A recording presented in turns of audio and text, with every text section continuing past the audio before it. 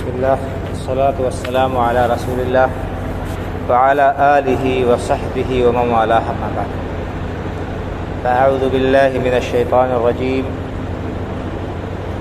شہد اللہ انہ لا الہ الا هو والملائکۃ واولو العلم قائما بالقسط۔ بزرگوں اور بھائیوں، قرآن کریم کی ایک آیت میں نے آپ کے سامنے پڑھی ہے، بلکہ اس کا ایک ٹکڑا پڑھا ہے۔ اس آیت میں اللہ رب العالمین نے ایک عظیم بات پر اپنی اور فرشتوں کی اور اہل علم کی گواہی پیش کی ہے۔ ظاہر سی بات ہے کہ اگر کسی بات پر گواہ سچے اور معتبر ہوں گے تو وہ گواہی بہت ہی اہم اور قیمتی مانی جائے گی، اور جس بات کے گواہ زبردست ہوں گے وہ بات بہت ہی پختہ اور یقینی طور پر تسلیم کی جائے گی۔ تو جو بات اللہ رب العالمین نے بیان کی ہے، جس پر خود اپنی گواہی پیش کی ہے، اور جس بات پر فرشتوں کو گواہ بنایا ہے اور اہل علم کو گواہ بنایا ہے، وہ بات کتنی عظیم ہوگی، کتنی زبردست ہوگی۔ تو وہ کون سی بات ہے؟ وہ ہے توحید، اللہ رب العالمین کی توحید۔ اللہ رب العالمین نے فرمایا شہد اللہ انہ لا الہ الا ہو والملائکۃ واولو العلم قائما بالقسط لا الہ الا ہو۔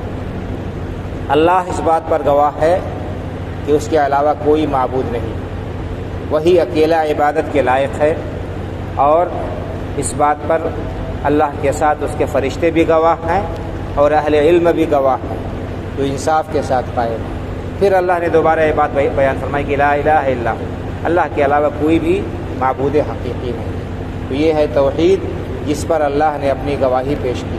اس کا مطلب کہ توحید دنیا کے سب سے اہم اور سب سے قیمتی گواہی اور چیز ہے۔ اس توحید کی اہمیت کو ہمارے لیے سمجھنا لازمی اور ضروری ہے۔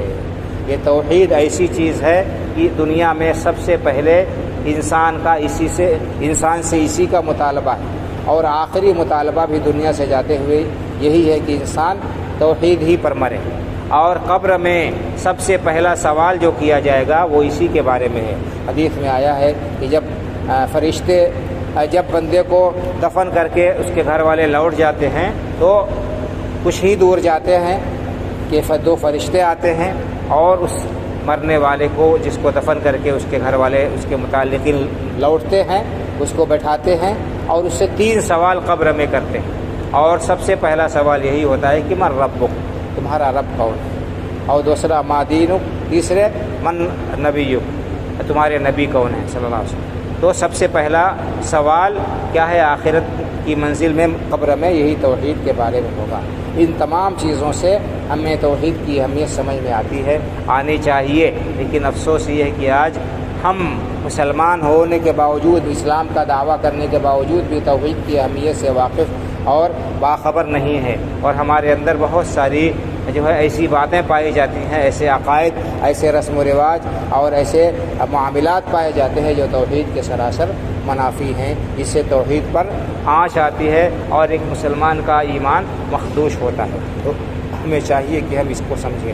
آپ دیکھیں اللہ رب العالمین نے قرآن کریم میں جو بات بیان فرمائی ہے، انبیاء کرام علیہ الصلوۃ والتسلیم کا تذکرہ کیا ہے۔ سب سے پہلے نبی حضرت نوح علیہ السلام، ان کے بارے میں بیان فرمایا کہ انہوں نے بھی اپنے قوم سے یہی کہا کہ یا قوم اعبدوا اللہ ما لکم من الہ غیرہ، اے قوم کے لوگوں، اے میری قوم، اللہ ہی کی عبادت کرو جس کے علاوہ کوئی عبادت کے لائق نہیں ہے، جس کے علاوہ کوئی بھی ہستی عبادت کے مستحق نہیں ہے۔ آخری نبی جناب محمد رسول اللہ صلی اللہ علیہ وسلم نے بھی اسی بات کی طرف اپنی قوم کو بلایا، کہا کہ اے لوگو لا الہ الا اللہ کہہ دو، کامیاب ہو جاؤ گے۔ تو ہم اپنی زبان سے جو کلمہ ادا کرتے ہیں، کلمہ لا الہ الا اللہ، اس کے معنی و مفہوم کو سمجھنے کی ضرورت ہے۔ اس کا کیا مطلب ہے؟ اس کا مطلب یہ ہے کہ ہم اس بات کا اقرار کرتے ہیں کہ دنیا میں کوئی بھی ہستی، چاہے کتنی ہی عظیم، کتنی ہی زبردست کیوں نہ ہو، وہ عبادت کے لائق نہیں ہے۔ نہ فرشتے، نہ انبیاء کرام علیہ السلام، نہ ہی اولیاء و صالحین، نہ اور کوئی دوسری چھوٹی بڑی مخلوق، سب کے سب اللہ کے بندے ہیں اور عبادت کے لائق کوئی بھی نہیں ہے۔ احترام ان کا اپنی جگہ ہے، لیکن عبادت کسی کی بھی درست نہیں ہے، نہ استقلالاً، نہ یہ سمجھ کر کہ یہ اللہ رب العالمین کے ہاں ہمارے سفارشی ہو جائیں گے اور ہمیں اللہ کے قریب کر دیں گے۔ عبادت ہر قسم کی صرف اور صرف اللہ کے لیے جائز ہے اور درست ہے، اس کے علاوہ کسی کے لیے درست نہیں۔ تو ہمیں چاہیے کہ ہم توحید کی اہمیت کو سمجھیں اور اس کو مضبوطی کے ساتھ تھامیں، اسی پر جئیں، اسی پر مریں۔ اس بات کو بار بار اس لیے دہرایا جاتا ہے کیونکہ یہ سب سے اہم بات ہے، اسی پر کامیابی کا دار و مدار ہے۔ اگر انسان کی توحید درست ہے، اکیلے اللہ کی عبادت کرتے ہوئے شرک سے جو ہے بچتے ہوئے انسان اس دنیا سے رخصت ہوتا ہے تو اس کے لیے جنت ہے، اور اگر توحید میں خلل ہے، کمی ہے، اور اللہ نہ کرے شرک میں انسان مبتلا ہے تو اس کی کامیابی مشکل ہے اور اس کے لیے نجات بہت ہی مشکل ہے۔ تو ہم اللہ رب العالمین سے دعا کرتے ہیں کہ اللہ تعالی ہمیں توحید کی اہمیت کو سمجھنے کی اور توحید پر مضبوطی کے ساتھ قائم رہنے کی توفیق عطا فرمائے۔ اللہ رب العالمین شرک کی تمام صورتوں سے، تمام قسموں سے ہمیں اپنی پناہ اور حفاظت میں رکھے۔ اللہ تعالی ہمیں عقیدے کو، صحیح عقیدے کو سمجھنے کی اور اس پر عمل کرنے کی، اس کو اپنانے کی توفیق عطا فرمائے۔